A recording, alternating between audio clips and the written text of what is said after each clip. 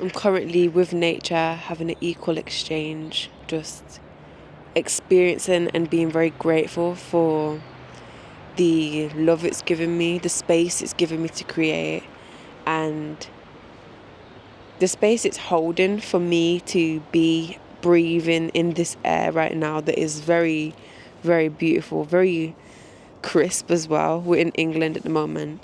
This is very cold weather, and it's definitely an excuse that I feel like I have used in the past to not feel motivated, to not be as productive, or to not be in nature as much as I would like to be. But I do believe that that is also a limitation in my mind. And I think recently it's been very important to not allow these things to always affect us and the way we think, because I'm aware everything is in the mind, everything's a part of the mind. The environment we're in is very, very important, of course. I agree. I grew up in the UK, my family's in the UK, so that's why I'm here right now. Of course, I'm going to be in very hot places very soon. But at the same time, my point is that you really do have to use what you have. Use the knowledge you have and the mind that you have, the beautiful, amazing mind that has these beautiful creation ideas. So I can look at it like, oh, it's cold here. I don't want to be here. Oh my gosh, I can't feel creative here. But you can, like, if you just use what you have, okay, cool, put a coat on, go outside, do something creative, do something, anything. I mean, creation, at the same time, we have to analyze what creation is at the same time and what is creativity to you. But to me, this is my explanation of creativity. So creativity would basically be the creator experiencing itself through different beings, through different objects, people, and everything that I perceive right now is basically the creator experiencing itself in different forms. So for example, this tree, this beautiful tree that I'm literally like underneath right now, this is just the creator experiencing itself. But because I am creating it from perceiving it, because only one person right now in this world can perceive it in the way that I do, because it's at a specific angle that will never be experienced again.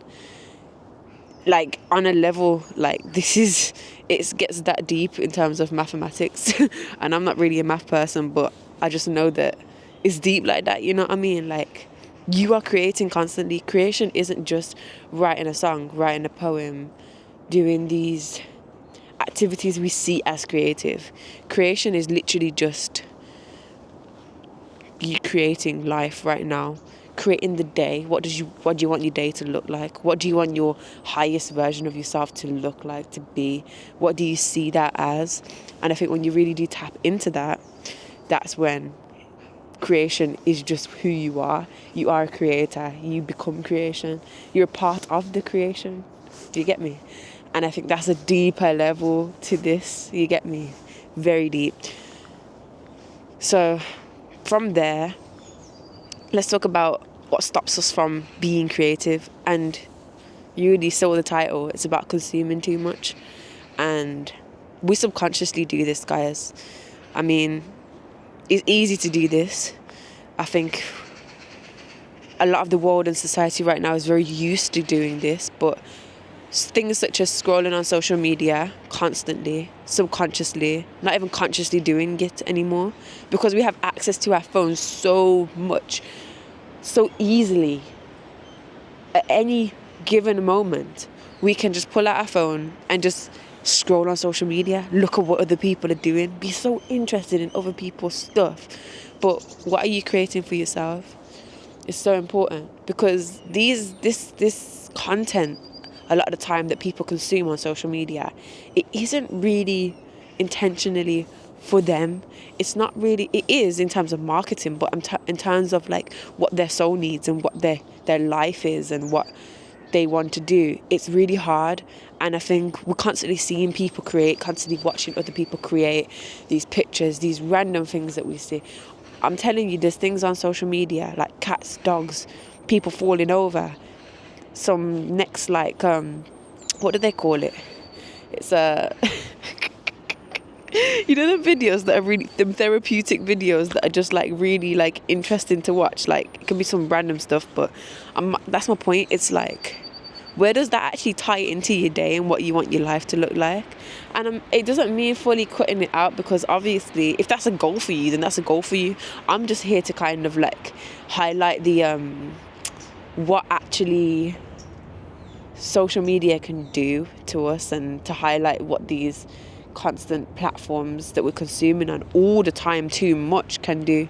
It doesn't mean fully cutting it out, because at the end of the day, we're humans living in this century, in this world right now, in this year. Things are different now, and of course I understand that, but at the same time it's about being aware of it, because we are doing this with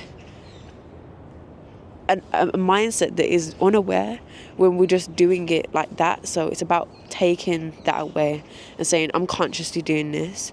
And when we do fall into those states of scrolling and consuming too much, it is really about analysing yourself and saying, okay, this is too far now. I've been doing this for too long now, and I need to stop.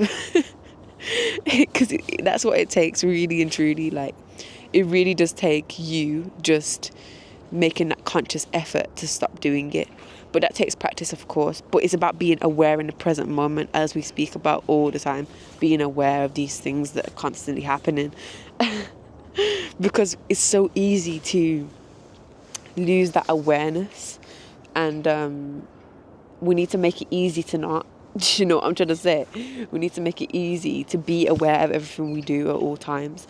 I think it's so easy to say, oh yeah, I shouldn't be doing this. Scrolling on my phone isn't something that I know I should be doing, and I'm just not going to do it as much anymore. That's so easy to say. But applying it and working with the feeling of it is a different story, because, okay, we all have feelings. For example, like, I can be on my phone and I'm scrolling, and someone says to me, imagine someone said to me, I thought you said you were going to stop scrolling. I thought you said you were going to stop spending hours on Netflix watching things and TV shows all the time. And then I say to them, yeah, but it's just a one-off. I've had such a long day. This is just a one-off. That mindset, you already said that you're going to do something. You already said that you're going to make something happen. So why are you not actually acting on it? I mean, like, I know, you've had a long day and all that type of stuff, but if it's an intention, that's the difference between these things. Like, of course, it is, you can have one-offs and whatnot, but I don't know.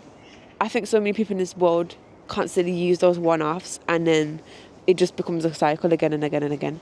So I think it's just about, if you really do want to tap into that creative energy, if you really do want to tap deeper into creation and the creator, then it's really important to become a creator.